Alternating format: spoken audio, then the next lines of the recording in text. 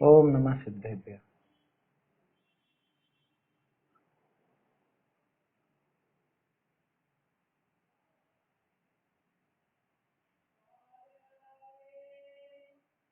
श्री जिन शासन गुरु नमो, नाना विधि सुखकार, आत्म हित उपदेश तें, करें मंगलाचार, करें मंगलाचार।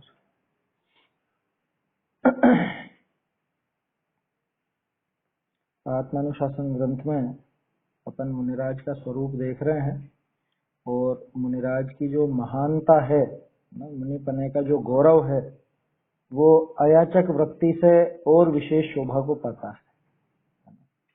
मुनिराज अयाचक वृत्ति वाले होते हैं, इसलिए महान है। और इसी के साथ एक चेतावनी भी यहाँ आचार्य देव दे रहे हैं कि तूने ये इतनी ऊंची दशा धारण की है, अब तू ये 5 इंद्रिय के विषय भोगों की याचना में मत पड़। इनकी याचना करने से तेरी हीनता होगी। इनकी याचना करने के चक्कर में या इन विषय भोगों की इच्छा करने से तेरा ही नुकसान होगा।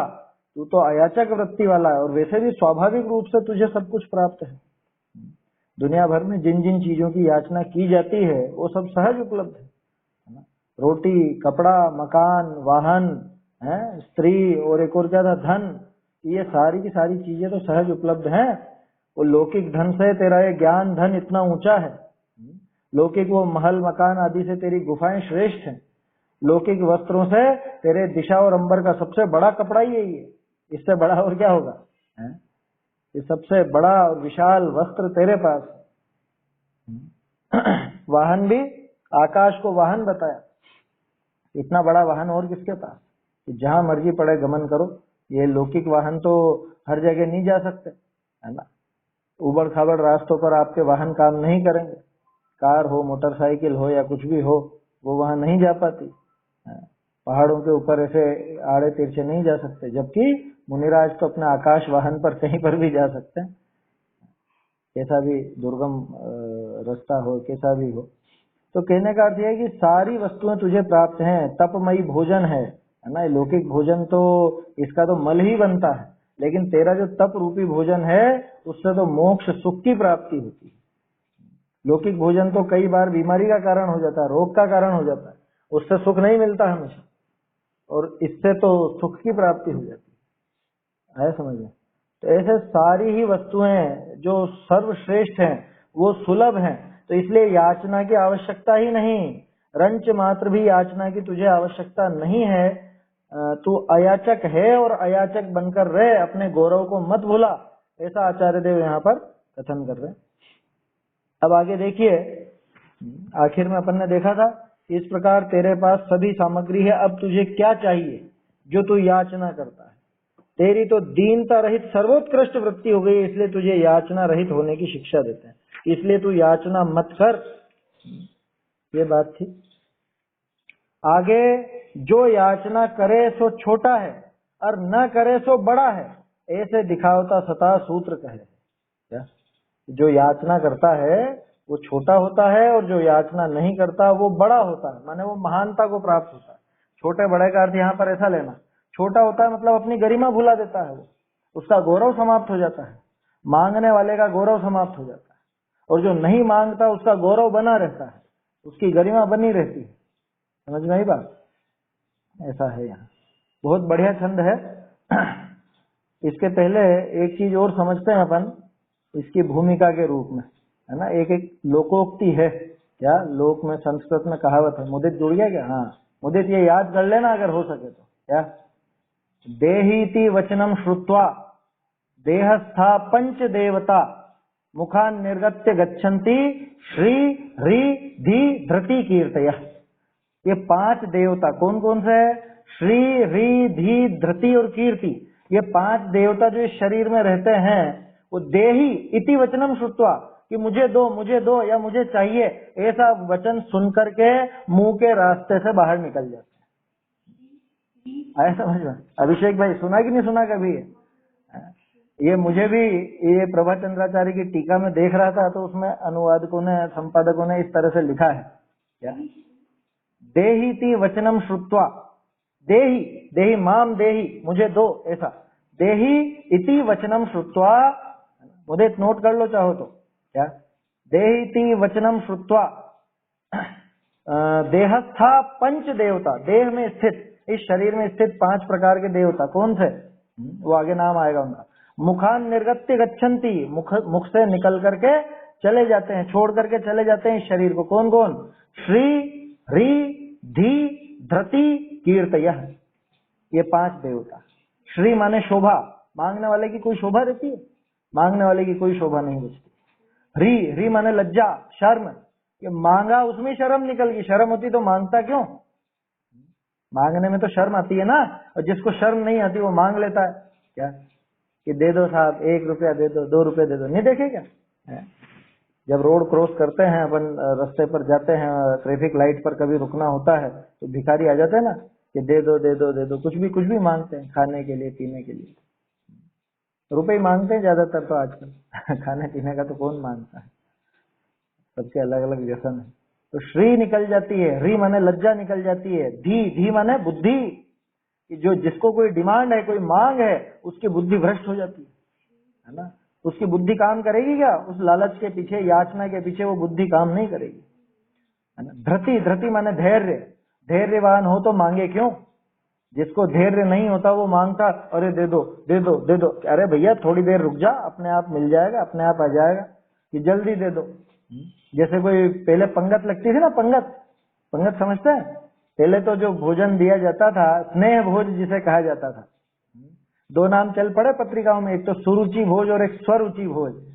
तो कैसे अंतर करते हैं कि ये बैठक है कि बफर है, लोग बाग ये देखते हैं सुरुचि लिखा है कि स्वरुचि लिखा है सुरुचि भोजन है तो बिठा करके बहुत प्रेम से खिलाया जाएगा, और स्वरुचि भोज की अपनी अपनी मर्जी से ले लो जिसको जो लेना है, क्या मंगतों की तरह तो वो वहां पर वो बफर होता है, वो पता चल जाता है। तो सुरुचि भोजन वो जो कराते हैं बिठा करके, अब आने वाला है, अभी तैयारी है ना, भोजन अभी परोसा जाने वाला, उसके पहले ही चलो जल्दी ले आओ जल्दी ले आओ जल्दी ले आओ, अरे धैर्य रख भैया, जिसको धैर्य नहीं है वो मांगता है, जो मांगता है उसका धैर्य समाप्त हो गया। श्री ह्री धी धृति और कीर्ति, आखिरी है कीर्ति, कीर्ति माने उसका यश भी समाप्त हो जाता है। ये 5 देवता जो इस शरीर में निवास करते थे, जैसे ही मुंह से ऐसा शब्द निकला कि मुझे दो या मुझे चाहिए, तो ये मुंह से शब्द नहीं निकला, इस शब्दों के साथ साथ ये 5 देवता भी मुंह के रास्ते से बाहर निकल गए। ऐसी कहावत है लोक में, है ना, संस्कृत की उक्ति है, देहीति वचनम श्रुत्वा देहस्था पंच देवता मुखाद निर्गत्य गच्छन्ति श्री ह्री धी धृति कीर्तया। ये 5 देवता उपमा है, वो तो कोई ऐसे देवता है नहीं कि उसकी लज्जा, उसकी शोभा, उसकी बुद्धि, उसका धैर्य, उसकी कीर्ति, ये सब निकल जाते हैं, सब समाप्त हो जाते हैं, मांगने वाले के ये सब समाप्त हो जाते हैं। तो बोलो जिसके ये सब समाप्त हो गए वो छोटा हुआ कि नहीं हुआ, आया समझ में, वो लघुता को प्राप्त हो गया, उसकी गरिमा नहीं बची, उसका कोई गौरव नहीं बचा, है? समाप्त हो गया उसका बड़प्पन, जैसे उसने मांगा, जैसे याचना की, अपने यहाँ तो याचना की चाहे नहीं की, वैसा भाव किया, उसमें ही खत्म, उतने मात्र में समाप्त हो गए उसके। ऐसा यहाँ पे इस छंद में बता रहे हैं, है ना, 142 नंबर 52 नंबर का छंद है। परमाणु परम नाल्पम नभसो न परम महत् इति ब्रुवन् किमद्राक्षीन् नेमोदीनाभिमानिनो परमाणु परम नाल्पम नभसो न परम महत् इति ब्रुवन् किमद्राक्षीन् नेमोदीनाभिमानिनो। परमाणु से कोई लघु नहीं, नभ से हुआ न कोई महान, ऐसा कहने वाले ने नहीं देखे दीन सहित अभिमान। क्या कह रहे हैं कि लोक में कहा जाता है कि परमाणु परम न अल्पम, कि परमाणु से छोटा, अल्पम है ना, परमाणु अल्पम न परम, कि परमाणु से कोई छोटा नहीं, माने परमाणु से कोई दूसरा जना छोटा नहीं, ठीक है, और नभसो न परम महत, कि नभसो महत, आकाश से बड़ा, न परम, कोई दूसरा नहीं है। कहने का अर्थ यह है कि परमाणु से छोटा कोई नहीं है, कोई दूसरा नहीं है, और आकाश से बड़ा कोई नहीं है, ऐसा कहा जाता है ना। तो आचार्य देव उनको कह रहे हैं कि ये मूर्ख लोग हैं। इति ब्रुवन, ऐसा कहने वाले, ऐसा कहते हुए, किम अद्राक्षित, क्या उन्होंने देखे नहीं है? क्या नहीं देखे? इमो दीन अभिमानिनो, क्या उन्होंने ये दीन और अभिमानी देखे नहीं है क्या? अर्थ समझ में आया इसका? क्या कहना चाह रहे हैं कि आप कहते हो परमाणु से छोटा कोई नहीं है, तो क्या तुमने किसी दीन को देखा नहीं है क्या? मांगने वाले को, वो परमाणु से भी गया दिखता, वो परमाणु से भी छोटा है। आप कहते हो कि आकाश से बड़ा कोई नहीं, तो क्या अभिमानी को देखा नहीं है क्या? वो आकाश से भी बड़ा। यहाँ पे अभिमानी शब्द का अर्थ घमंड वाला नहीं, यहाँ पे अभिमानी शब्द का अर्थ है कि जिसने अपना गौरव बनाए रखा है, जिसने याचना नहीं करी, जो नहीं मांगता, उसको यहाँ पर अभिमानी कहा है।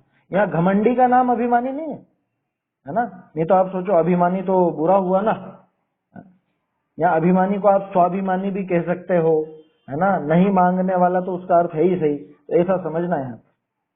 क्या कहा कि लोक में जो कहा जाता है कि परमाणु से कोई छोटा दूसरा नहीं है और आकाश से बड़ा कोई दूसरा नहीं है, वो उन्होंने क्या कभी ये दीन और अभिमानी को देखा नहीं है क्या? कि परमाणु से छोटा हम बताते हैं तुमको कि ये जो मांगता है, ये जो इच्छा करता है पांच इंद्रिय के विषय भोगों की, ये उस परमाणु से भी गया बीता है, परमाणु से भी छोटा है ना। लघुत्तम है ये, क्या छोटे से भी छोटा। और ये जो अभिमानी है कि जिसने मांग नहीं करी, जिसने डिमांड नहीं करी, जिसको कोई पांच इंद्रिय के विषय भोगों की याचना नहीं है, वो अभिमानी आकाश से भी बड़ा है। क्या आकाश से भी गुरु है वो, और ये परमाणु से भी लघु है। समझ में आई बात? तो ये आचार्य की पद्धति है। ऐसे क्या कहते हैं इसको, अर्थांतरन्यास क्या कहलाएगा अभिषेक भाई? अर्थांतरन्यास कहलाना चाहिए मेरे ख्याल से। क्या अर्थ तो ऐसा, मतलब कुछ और उससे कहना चाहते हैं कि क्या कभी देखा नहीं क्या इन्होंने? हाँ भैया, यहाँ पे असल में हाँ आचार्य देव जो है वो पहले ही अपने जो साथी हैं अथवा जो अपने शिष्य मुनि हैं उनको ये प्रेरणा दे रहे हैं कि तू ये पांच इंद्रिय के विषय भोगों की याचना मत कर, तू ये विषय भोगों के प्रति मत उलझ, उनकी इच्छा मत जगा। वो मांगने की बात है और उस ले सकते हैं, बिल्कुल लेना ही है, क्योंकि मांगे चाहे नहीं मांगे, अपने यहाँ तो भावों की मुख्यता है ना। बाहर से भले नहीं मांगा लेकिन मन में वो भाव पड़ा है मांगने का या उसकी इच्छा है, तो वो मांगना ही तो है, और क्या है। अपने यहाँ पे तो वो परिणामों की मुख्यता है, बाहर में क्रिया में चाहे नहीं मांगा तो नहीं मांगा, लेकिन मन में तो वो इच्छा उठ गई, सो पाप हुआ। आया समझ में? तो यहाँ याचना का अर्थ तो मन में उठने वाली वो इच्छा भी ले लेना, ऐसा वही मुख्य रूप से लेना, क्योंकि जिसके वो याचना यानी वो इच्छा पड़ी हुई है वो वास्तव में धर्म को साध नहीं सकता, उससे नहीं सधेगा, उसे तो पता नहीं क्या क्या चाहिए। देखते तो है अपन वही छोटा सा उदाहरण, स्वाध्याय की अपन प्रेरणा दो कि भैया आया करो स्वाध्याय में आया करो। अरे साहब गर्मी बहुत है, आप पंखा लगवा दो ना तो हम स्वाध्याय में आ जाएंगे। क्या नहीं होता ऐसा? आप पंखा नहीं चलवाते, पंखा नहीं लगवाते, इसलिए हम नहीं आते स्वाध्याय। अरे भाई अभी तो मौसम ठंडा हो गया है, सर्दी में तो मौसम ठंडा रहता, तब आ जा। तो जिसके वो याचना है, वो स्पर्शन इंद्रिय के विषय की इच्छा है ना, पंखा क्या है? स्पर्शन इंद्रिय के विषय की इच्छा। तो वो जो इच्छा है, उस इच्छा के कारण वो धर्म नहीं साध सकता, है ना। वो नहीं बैठेगा स्वाध्याय में, वो नहीं बैठेगा मंदिर में, भगवान के सामने नहीं जाएगा। अरे भगवान को नमस्कार तक नहीं करेगा, ढोक तक नहीं देगा। क्या नीचे झुक करके ढोक देने में उसकी साड़ी की क्रीज या पेंट की क्रीज बिगड़ती है क्या? तो वो नहीं झुकेगा। वो कह रहे मेरे कपड़े ऐसे नहीं हो जाए, नीचे झुकने से घुटनों के यहाँ से पेंट गंदी हो जाती है, ये पजामा गंदा हो जाता है घुटनों के यहाँ से, हम झुक करके ढोक देते हैं, तो इसलिए नहीं देते। क्या या यूं यूं हाथ जमीन करता है तो ये हिस्सा गंदा हो जाता है, धूल लग जाती है। अरे मूर्ख, वो भगवान के चरणों की धूल तो वो इंद्र अपने माथे पर लगाता है, और तुझे वहां पे शर्म आती है भगवान के सामने झुकने में? तो बोलो क्यों नहीं झुका? बिल्कुल छोटा सा उदाहरण लिया मैंने तो भगवान को नमस्कार करने का। क्या क्यों नहीं झुका? कि उसको वो जो उसके कपड़े थे वो एकदम ऐसे दिखने चाहिए, साफ झक के दिखने चाहिए। क्या वो विषय भोग की इच्छा ही तो है, पांच इंद्रिय के विषयों की तो इच्छा है कि मेरे कपड़े ऐसे रहें। ये क्या है? इच्छा है। ना, मन की और वो समझ लो उसके स्पर्श की तो नहीं, वो तो चक्षु का विषय है। मन का, ये कपड़े का रंग वगैरह खराब ना हो, कपड़ा गंदा ना हो, ये तो चक्षु का और मन का विषय है। तो जिसको वो 5 इंद्रिय के विषय भोगों की इच्छा रहती है जरा सी भी, भले वो मन में हो, बाहर से बोले या ना बोले वो तो आगे की बात है, मन में ही पड़ी हो तो भी वो धर्म साधन नहीं कर सकता। इस वजह से वो परमाणु से भी गया बीता है। परमाणु सबसे छोटा कहलाता है, लेकिन ये मांगने वाला है ना, जिसके 5 इंद्रिय के विषय भोगों की इच्छा है, ये तो उस परमाणु से भी गया बीता है, उससे भी छोटा है।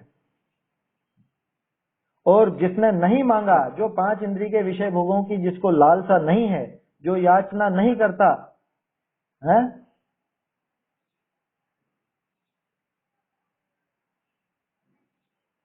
हाँ सही है, शिक्षा मिलती है वहां पे, है ना। ऐसा भी लिखा मिलेगा। मैं कुछ और सोच रहा था कि कुछ और पंक्ति बोलोगे आप क्या। मैं सोच रहा था कि तू यहाँ नहीं झुकेगा तो पूरी दुनिया में झुकना पड़ेगा तुझे, ऐसे भी लिखे मिलते हैं क्या, कि जो 3 लोग के नाथ के सामने नहीं झुकता, यहाँ नमस्कार आदि नहीं करता, देवशास गुरु को यहाँ नमस्कार नहीं करता, वो जगह जगह वो माथा झुकाता रहेगा, उसको झुका नहीं पड़ेगा हर जगह क्या, अपना काम कराने के लिए। वो अलग बात है, वो मजबूरी की बात है ना, वो मजबूरी की बात है। उसमें तो सभी समझते हैं कि भाई कायदे से तो भगवान के आगे खड़े होकर के ही पूजन आदि की जाती है। अब लेकिन किसी की ऐसी हो, डॉक्टर ने मना कर रखा हो, रीढ़ की हड्डी में कोई दिक्कत हो, कोई तकलीफ हो, खड़े रहने पे समस्या हो जाती हो, तो वो बैठ करके करता है, वो व्यवस्था की बात है ना। उसको प्रमाद तो नहीं है ना, वो उसके बस में होता तो वो खड़ा ही रहता। उसको अगर वो स्वस्थ होता या कोई ऐसी तकलीफ नहीं होती तो खड़ा ही रहता, वो नमस्कार करता ही सही। लेकिन किसी को ऐसी तकलीफ हो, है ना, जैसे अभी हमारे एक साधर्मी है, उनको कुछ छोटा ऑपरेशन वगैरह हुआ है ना, और डायबिटीज वगैरह भी थी, डायबिटीज की वजह से कुछ तकलीफ थी और ऑपरेशन हुआ, तो ऑपरेशन के कारण वो डॉक्टरों ने झुकने से मना किया, क्योंकि वो जो ऑपरेशन हुआ वो झुकने से उनको तकलीफ हो जाती। अब उनको तो बहुत विकल्प आता था कि अरे मैं भगवान को ढोक नहीं दे पा रहा हूँ, जिंदगी भर ढोक देते थे। तो उन्होंने पूछा मुझसे कि ये कोई ऐसी दिक्कत तो नहीं, अपन ऐसे अब बहुत ऐसा हो रहा है। मैंने कि कोई समस्या नहीं, वो तो अपनी मजबूरी है। अगर अभी स्वस्थ होते, अगर अभी एकदम ठीक होते तो क्या ढोक नहीं देते क्या, कि बिल्कुल देते। तो मन में प्रमाद नहीं है ना, तो कोई दिक्कत नहीं है। अपने यहाँ भावों की प्रधानता है, भावों की प्रमुखता है, बाहरी क्रिया की इसीलिए प्रमुखता नहीं। ये तो कई जगह अपन देखते हैं भाई, वो तो शरीर की कंडीशन ऐसी है कि नहीं बैठा जाए, बिल्कुल भी ऐसी परिस्थिति नहीं। और उसका पैमाना क्या, उसका पैमाना अपन जानते हैं कि वो व्यक्ति वो फिल्म की टिकट की लाइन में भी खड़ा नहीं हो सकता, तो यहाँ नहीं हो रहा है तो कोई दिक्कत नहीं, वहां खड़ा हो जाए और यहाँ खड़ा नहीं हो पाए तो गड़बड़ है। तो बातें उसकी झूठी हैं क्या। बहुत से होते हैं ना, मंदिर में दर्शन आदि किए, महिलाओं की बहुत आदत देखी है मैंने इस तरह की, क्या पुरुषों की भी होती है। मंदिर में दर्शन तो किए 5-10 मिनट में, और बाहर खड़े होकर के आधा आधा पौन पौन घंटा बात करते रहे। मंदिर में खड़ा नहीं हुआ जाएगा भगवान के सामने, लेकिन वहां नीचे खड़े होकर के मंदिर के बाहर अथवा मंदिर के नीचे ही है, वहां पर ही बातें करने लग जाएंगे, आधा आधा पौन पौन घंटे तक, 1-1 घंटे तक खड़े होकर बातें करेंगे कि तू वहां खड़ा हो सकता है तो यहाँ भी खड़ा हो सकता है। उसके लिए बहाना नहीं चलेगा, है ना। ये जो आपने बात की ये तो उसके लिए है कि जिसके वास्तव में ऐसी दशा नहीं, वास्तविक स्थिति, है ना। बहानेबाज के लिए तो कोई बात है ही नहीं, वो तो कहीं पर भी बहाना लगा लेगा। समझ में ही बात, ऐसा है। तो जिसको 5 इंद्रिय के विषय भोग की इच्छा है, जो 5 इंद्रिय के विषय भोग चाहता है, वो मांगने वाला याचक है। तो याचक उस परमाणु से भी छोटा है क्या। और जो नहीं मांगता, नहीं मांगता माने मन में इच्छा हो और बाहर में नहीं मांगता हो, ऐसा इतना मात्र नहीं कि जिसको मन में उन वस्तुओं की इच्छा ही नहीं है।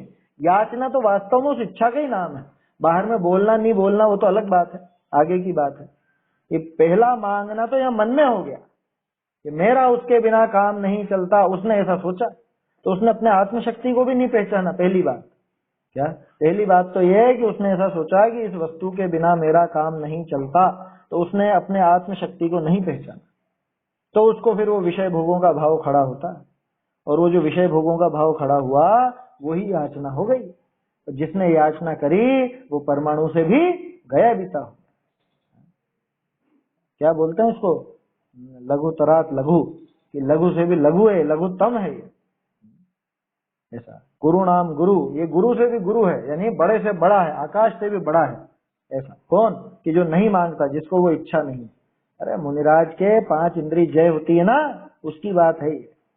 पंचेंद्रिय जय की तो बात है, और क्या है। इसको आप गौर से देखेंगे तो पंचेंद्रिय जय नजर आएगा यहाँ।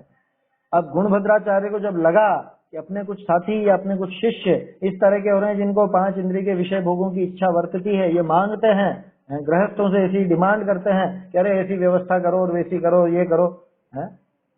बोलो 5-6 चीजें बता दी पिछले छंद में, तो 6 चीजें सर्वोत्कृष्ट उपलब्ध हैं, उसके बाद क्या मांगे, उसके बाद भी ऐसी डिमांड रहती है किसी की, तो समझ लेना कि वो तो परमाणु से भी गया भी था। मुख्य रूप से तो मुनि के लिए बात है, लेकिन अपने को तो अपने ऊपर भी लगानी है, अपन तो अपने में सुधार करने का भी सोचें। मुख्य रूप से तो मुनिराज के लिए उपदेश है, आया समझ, अपने साथियों के लिए गुणभद्राचार्य ने ऐसा लिखा। चलिए अर्थ पढ़ते हैं, छंद बिल्कुल सीधा है कि परमाणु ते अन्य कोई छोटा नहीं और आकाश ते अन्य कोई बड़ा नहीं, ऐसे कहता जो पुरुष है सो इन दीन और अभिमानिनी को कहा न देखता भया, कि क्या उसने ये देखा नहीं है इनको, दीन को और अभिमानी को। इसका भावार्थ बहुत सुंदर लिखा है टोडरमल जी ने, है ना। देखिए कि परमाणु ते छोटा नहीं, आकाश ते बड़ा नहीं, ऐसे कोई कहे है, क्या दुनिया में ऐसा कहा जाता है, कहाँ जानिए है वाने दीन अभिमानिनी को देखे नहीं। ऐसा मालूम पड़ता है कि इन्होंने कभी दीन और अभिमानियों को देखा नहीं है। जो दीन को देखता तो परमाणु ते भी छोटा दीन को कहता, और अभिमानी को देखता तो आकाश से बड़ा अभिमानी को कहता, है ना। अभिमानी का अर्थ घमंडी नहीं लेना है यहाँ पर, है ना, बार बार मैं बता रहा हूँ ये चीज। यहाँ अभिमानी का अर्थ घमंडी नहीं है, यहाँ अभिमानी का अर्थ ये है कि जिसको अपना आत्म गौरव मौजूद है, जो अभी 5 इंद्रिय के विषय भोगों के आगे झुका नहीं है, जिसके उनकी इच्छा नहीं है और जो उनको मांगता नहीं है। क्या जैसे मान लो है मैं मुनि दशा धारण कर लूं और फिर ऐसा कहता हूँ कि अरे आप बाटी दाल नहीं खिलाते हो, कभी बाटी दाल भी खिला दो, कभी कुछ मीठा भी बना करके खिला दो, ऐसा अगर मैं कहूँ तो ये क्या, ये उचित है क्या, ये प्रवृत्ति है। कह रहे तुम लोग तो बिल्कुल ऐसे ही हो, मैं उस गांव में गया था ना, वहाँ उन्होंने बहुत अच्छा अच्छा आहार कराया था, ये तुम लोग तो कुछ कराते ही नहीं हो आहार। ये शब्द होंगे, ये मुनिराज के शब्द होने चाहिए, ये होंगे, हो सकते हैं। अरे मुनिराज तो ऐसे होते हैं कि मालूम पड़ जाए कि मेरे लिए बनाया है तो वो छोड़ जाते हैं, उद्दिष्ट आहार का पता चलते ही छोड़ जाते हैं। ये मालूम हो कि मेरे लिए अलग से बनाया गया है, ये चौका अलग से लगाया गया है मेरे लिए, तो छोड़ के चले जाए। उद्दिष्ट का दोष अपने माथे नहीं लेते वो, है ना। मुनिराज को वो दोष लगता है, वो उद्दिष्ट दोष कहलाता है, श्रावक के लिए उद्गम दोष कहलाता है। समझ में आई बात, उद्दिष्ट आहार करना, ऐषणा समिति छूट जाती है, उसमें खत्म हो जाती है और मूलगुण का भी अभाव हो जाता है। ठीक है, तो मुनिराज को तो उस आहार की ऐसी इच्छा नहीं होगी, अब मैं ऐसा मतलब ऐसा वेश धारण कर लूं, मुनि बन जाऊं और फिर ऐसे आहार आदि के लिए बात करता रहूं क्या, या इशारे देता रहूं कि मुझे तो ये बचपन में बहुत पसंद था। क्या यूं तो नहीं कह रहा हूं कि आप खिला दो, लेकिन क्या कह रहा हूं इनडायरेक्ट में, मुझे ये पहले बहुत पसंद था, तो आपको तो आइडिया लग गया कि हाँ इनको ये पसंद था तो यही बनाओ यही आहार कराओ इसी का, ऐसे इशारे दूं, ये संभव है? ये संभव नहीं है ना, ये मुनि दशा में संभव नहीं है। कोई ऐसा काम करे तो वो मुनिपना नहीं, वो परमाणु से भी गया बीता हो गया। यहाँ पे आचार्य देव ये कहना चाहते हैं। तो ऐसी कुछ प्रवृत्ति उस जमाने में भी देखी, अपन ने सिर्फ आहार का उदाहरण लिया, बाकी भी आप लगा के देख लेना।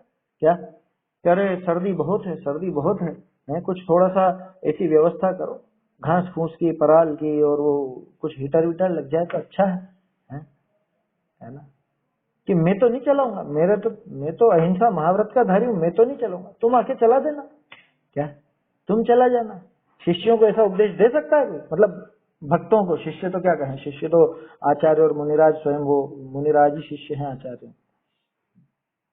तो वो जो ऐसा कहता है जिसके ये विषयों का भाव पड़ा हुआ है ना, 2 एक उदाहरण लिए, बाकी और भी लगा के देख लेना आप। 5 इंद्रिय के विषय भोग कई प्रकार के होते हैं। अब ज्यादा तो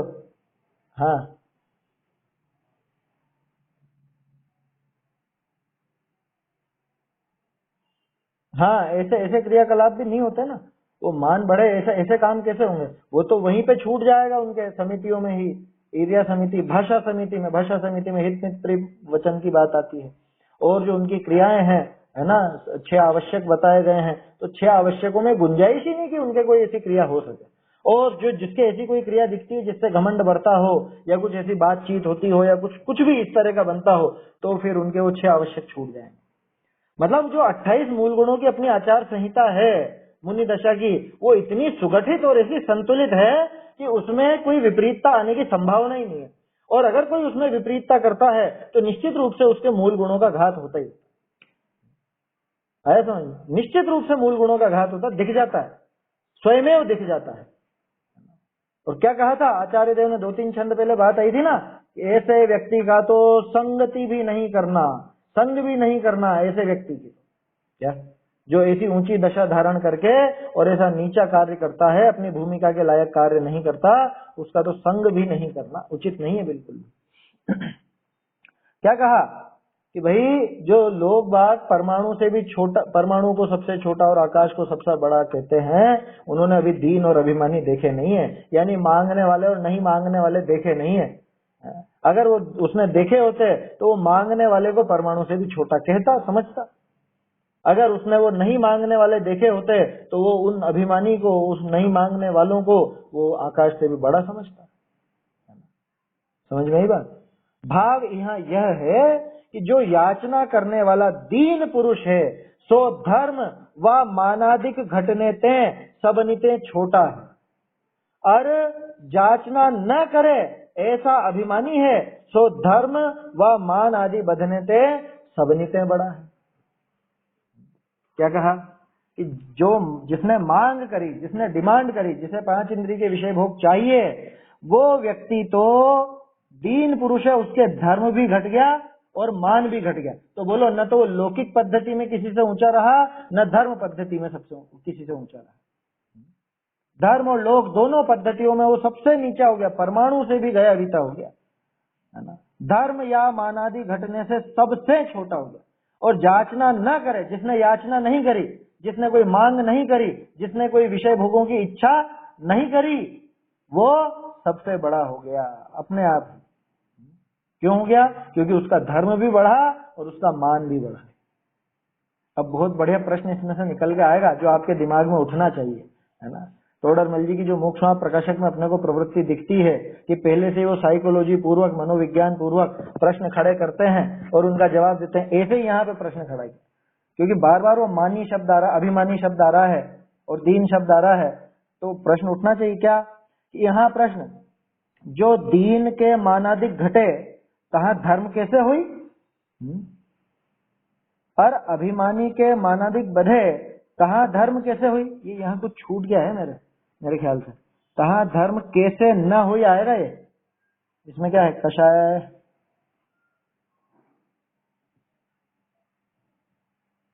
दीन के मानादि घटने से और अभिमानी के मानादि बढ़ने से धर्म कैसे होगा। ये अनुवाद ही अलग हो गया बिल्कुल। कषाय तो धर्म का प्रतिपक्षी है ना। यहाँ देखो इसमें ऐसा है, मैं पढ़ता हूँ, पहले पूरा प्रश्न पढ़ता हूँ, उससे मिलान करना। जो दीन के मानादिक घटे तहाँ धर्म कैसे होई, और अभिमानी के मानादिक बढ़े तहाँ धर्म कैसे होई। कषायनी के और धर्म के तो प्रतिपक्षी पनोपाइये है। ये चीज उन्होंने अनुवाद में पहले डाल दी कि धर्म के और कषायों के तो प्रतिपक्षी पना है, तो दीन के मानादिक घटने पर वहां धर्म कैसे नहीं होगा, ऐसा न छूट गया, इसमें न लगेगा क्या। आपके में क्या लिखा है अनुवाद में, दीन के मानादिक घटने से। हाँ, तो ये प्रश्न यूं बनेगा, दीन के मानादिक घटने से धर्म कैसे नहीं होगा। उसने तो दीनता करी ना, माने मान छोड़ा, मांगने वाले ने तो मान छोड़ा है, तो मान छोड़ा माने मान कषाय घटी, तो धर्म होना चाहिए ना, धर्म बढ़ना चाहिए। और अभिमानी ने मांगा नहीं, क्यों नहीं मांगा, इससे मान घटेगा, तो इसका तो मान बढ़ा है, माने कषाय बढ़ी है, तो इसके तो धर्म नहीं होना चाहिए, इसके धर्म कैसे होगा। क्योंकि कषायों के और धर्म के तो प्रतिपक्षी पना है। कैसे कि धर्म के लक्षण अपन क्या देखते हैं, क्षमा, मार्दव, आर्जव, शौच, है ना। ये सारी चीजें जो अपन देखते हैं तो कषायों की विरोधी तो है। क्रोध का विरोधी क्षमा, क्षमा का विरोधी क्रोध है, मान का विरोधी मार्दव, मार्दव का विरोधी मान, माया के विरोधी आर्जव, आर्जव का विरोधी माया, लोभ का विरोधी शोच, शोच का विरोधी लोभ। ऐसा अपन देखते हैं तो स्पष्ट रूप से दिखता है कि कषाय और धर्म के तो प्रतिपक्षी पना है। प्रतिपक्षी समझते हैं, प्रतिपक्षी माने विरोधी, विरुद्धता है इनमें। तो अब जब आप कह रहे हो कि अभिमानी के मान बढ़ता है, धर्म बढ़ता है, ये मान बढ़ रहा है तो धर्म कैसे बढ़ेगा है? और वो आप कह रहे हो मांगने वाले के मान घटता है, धर्म घटता है, तो मान घट रहा है तो धर्म बढ़ना चाहिए ना। प्रश्न समझ में आया? प्रश्न में ये कहना चाह रहे हैं कि भाई अगर मान बढ़ा है तो आप वो अभिमानी के धर्म कैसे बता रहे हो, और मान घटा है तो आप उस मांगने वाले के धर्म कैसे नहीं हुआ कह रहे हो, उसके धर्म नहीं हुआ ऐसा कैसे कह रहे हो? देखिए उत्तर ता का समाधान कि कोई कषाय की तीव्रता करी, कोई कषाय घटे, तहां धर्म नहीं। ये लॉजिक देखो गजब का, कि किसी कषाय के कारण, किसी कषाय की वजह से कोई दूसरी कषाय घट जाए तो वो कोई धर्म नहीं हो जाता। जैसे उदाहरण के तौर पर यूं समझिए कि मुझे आपसे कुछ प्रयोजन है, ठीक है, आपसे मेरा कोई काम सधने वाला है, मुझे ऐसा लोभ है कि आपसे मेरा कोई कार्य सध जाए। तो अब ये बताओ, आप अगर आकर के मेरे विपरीत भी कोई काम करोगे तो वो क्रोध को दबाऊंगा कि नहीं दबाऊंगा? यार गुस्सा नहीं करना, मुझे इन पे गुस्सा नहीं करना, गुस्सा करूंगा तो ये काम बिगड़ जाएगा, अपने को इनसे काम साधना है, तो भले मुझे चिढ़ छूट रही हो लेकिन फिर भी मैं उस क्रोध को दबाऊंगा या नहीं? क्यों दबाओ क्रोध? उस लोभ की वजह से दबा। तो एक कषाय की वजह से दूसरी कषाय दबती है, प्रैक्टिकली दबती है। जब वो कषाय दबी तो क्या इससे धर्म हो गया? नहीं हुआ। क्यों? क्योंकि वो दूसरी कषाय तेज है, उसका लोभ इतना तेज था कि वो क्रोध दब गया उससे। समझ में ही बात? उसकी माया इतनी तेज थी कि वो क्रोध और मान दबा करके बैठा रहा। मायाचारी, उसको छल करना था ना, दूसरे को बेवकूफ बनाना था, अपना उल्लू सीधा करना था, है ना, मतलब अपना प्रयोजन साधना था छल कपट करके। तो वो गुस्से को भी उसने गुस्सा नहीं दिखाया बाहर में, उसने घमंड नहीं दिखाया। ऐसा छल करते हैं? नहीं करते हैं क्या ऐसे? कोई भी ऐसा अधिकारी बन करके बैठ गया हो, कोई अफसर हो गया हो, अरे साहब अरे साहब अरे साहब, उधर से तो अरे साहब बोलते हैं उसके सामने तो, और पीठ पीछे जाते ही अरे ये कहाँ, बिल्कुल इसकी क्या औकात हमारे सामने, और ऐसा वैसा नहीं करते इस तरह की बातें। तो बोलो वो क्रोध, वो मान, वो क्यों दबा करके बैठा? वो माया तेज थी इसलिए, वो लोभ तेज था इसलिए। समझ में ही बात? तो कोई कषाय तीव्र हो, उसके चक्कर में कोई दूसरी कषाय कम हो गई हो, दब गई हो, इतने मात्र से धर्म नहीं हो जाता। क्या कह रहे हैं?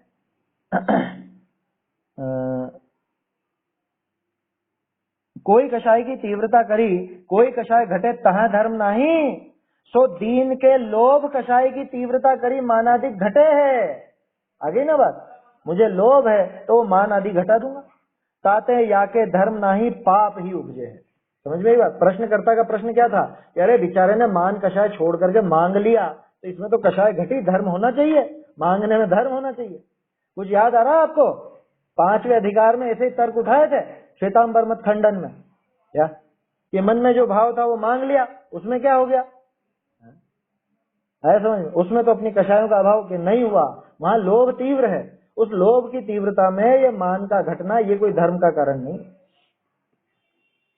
दीन के तो लोभ कषाय की तीव्रता करी, मानाधिक घटे है, ताते या के धर्म नहीं, पाप ही उपजे है। बहुरी सर्व कषाय घटने ते भ्रम करी, कोई अवस्था कषाई किसी भाषे, कहाँ धर्म ही है। लोग क्या कह रहे हैं? ये सारी कषाएं घट गई हो तो कभी कभी कोई अवस्था अपने को ऐसा लगता है कि ये तो तीव्र कषाय, अरे इनको जरूरत है फिर भी नहीं मांग रहे, जरूरत है फिर भी नहीं मांग रहे, कितना घमंड। कह रहे घमंड नहीं, उसको नहीं है इतनी कषाय, उसके इस तरह का लोभ ही नहीं है कि वो मांगे। कह रहे मुनिराज को भोजन का भाव हुआ, भोजन का भाव हो तो कह नहीं सकते थे कि मुझे भोजन करा दो, बस ऐसे इशारा करके निकल गए, ये क्या बात हुई है? इतना घमंड है क्या मुनिराज? कह रहे घमंड नहीं है, उनको उस भोजन की लिप्सा इतनी भी नहीं है कि कोई मतलब ये मांगे आगे होकर के, कोई अगर ये इशारा समझे और उसकी गरज हो, नवदा भक्ति करे तो वो ले लेंगे, नहीं तो नहीं लेंगे। मतलब आहार का विकल्प तो उठा था, लेकिन वो विकल्प, वो आहार का लोभ इतना नहीं था कि जाकर के घर घर जाकर के मांग ले या इशारा दे दे या कुछ इस तरह की बातें कर ले, ऐसा नहीं होता है। वो तो सामान्य एक शब्द का प्रयोग है ना, क्योंकि भिक्षावृत्ति उसको कहा जाता है, लेकिन अपने यहाँ पे ऐसा बहुत कम मिलेगा, अपने यहाँ पे भिक्षुक शब्द बहुत कम मिलेगा, भिक्षावृत्ति जरूर नाम आता है। वो देते हैं छंद के अनुरोध से, और जो प्रचलन में हो ना, जैसे कोई प्रकरण हो उस तरह का, तो वो नाम भी देते हैं। हाँ, क्योंकि उनसे उनको जाना जाता है ना, लोक में वैसा भी कहा जाता है, इसलिए तो नाम दे दिया। लेकिन अपने यहाँ पे वो प्रचलन में ज्यादा नहीं है। अपने यहाँ पे तो श्रवण मिलेगा, अयाचक वृत्ति मिलेगी, है? आया समझ में? यति भी नाम मिलता है, ऐसे ऐसे नाम मिलते हैं अपने यहाँ।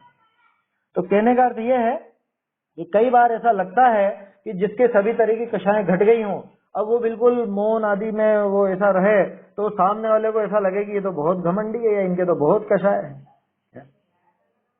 अरे वो रावण को नहीं लगा था क्या, बाली मुनिराज को देखकर, अच्छा अभी भी मेरा ये रोकने से बाज नहीं आ रहा है क्या? पहले तो इतना घमंड था जो मुझे नमस्कार नहीं करा, और अभी भी मेरा विमान रोक दिया इनने। बोलो अब उन्होंने क्या करा ये बताओ? वो तो खड़े हैं अपने आप, उनके पुण्य के उदय से वो विमान स्वयं रुका। तो सामने वाले को ऐसा लग सकता है कि इनके तो कषाएं तीव्र हैं, या ये नहीं मांगते हैं तो ये तो इतने घमंडी। मांग लो, बिल्कुल सरलता से मांग लो, मन में भाव हुआ तो मांग लो कि नहीं, उसका नाम सरलता नहीं है, वहां पे वो मंद कषाय का भाव है, इसलिए उनको इतनी इच्छा जरूर हुई, लेकिन संज्वलन कषाय जितनी है तो वो मांगते नहीं।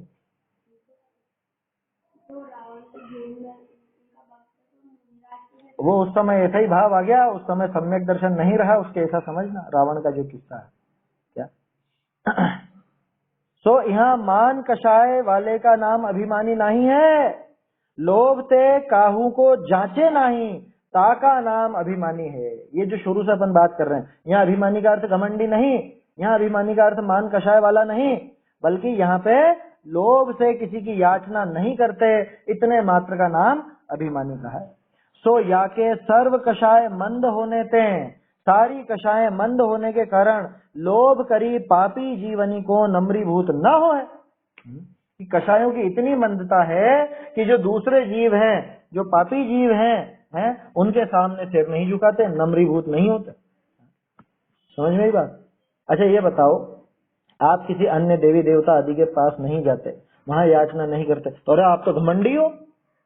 अरे घमंडी क्या, हमको नहीं है उनके प्रति कोई ऐसा भाव ही नहीं, हम क्यों जाए, हमारा काम ही नहीं होता वहां पर, हम क्यों जाए, है ना? हमें कोई घमंड नहीं, हमें कोई झगड़ा भी नहीं उनसे।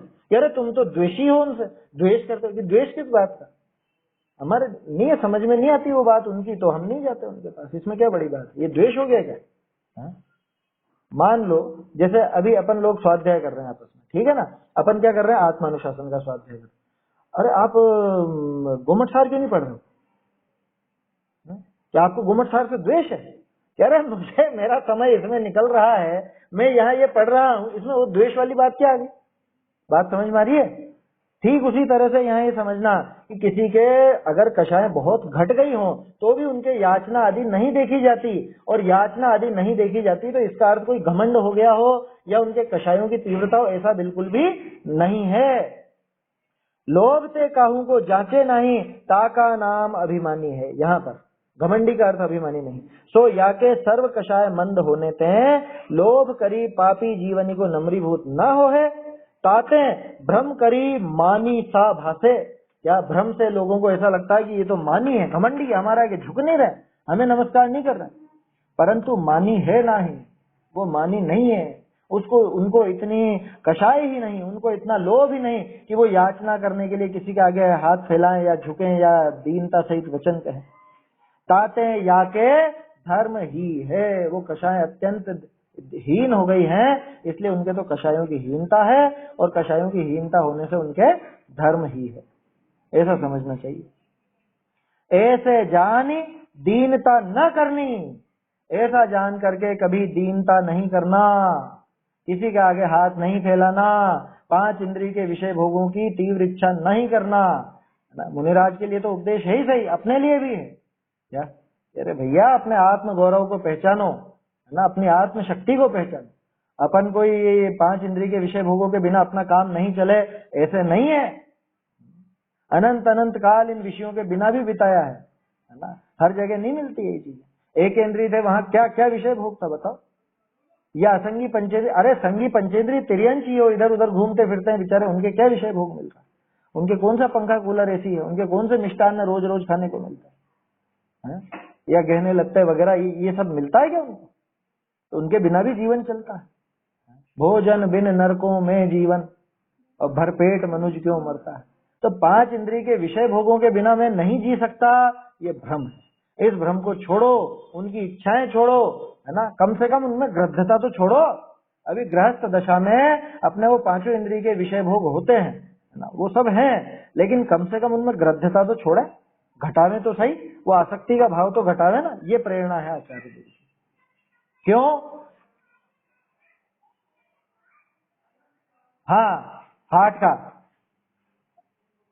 वो बहुत बहुत सुंदर उदाहरण है। वो हार्ट का उदाहरण था, वहां सुधार भी करवाया था, है ना। वहां हार्ट शब्द है, वो दुकान नहीं है, वो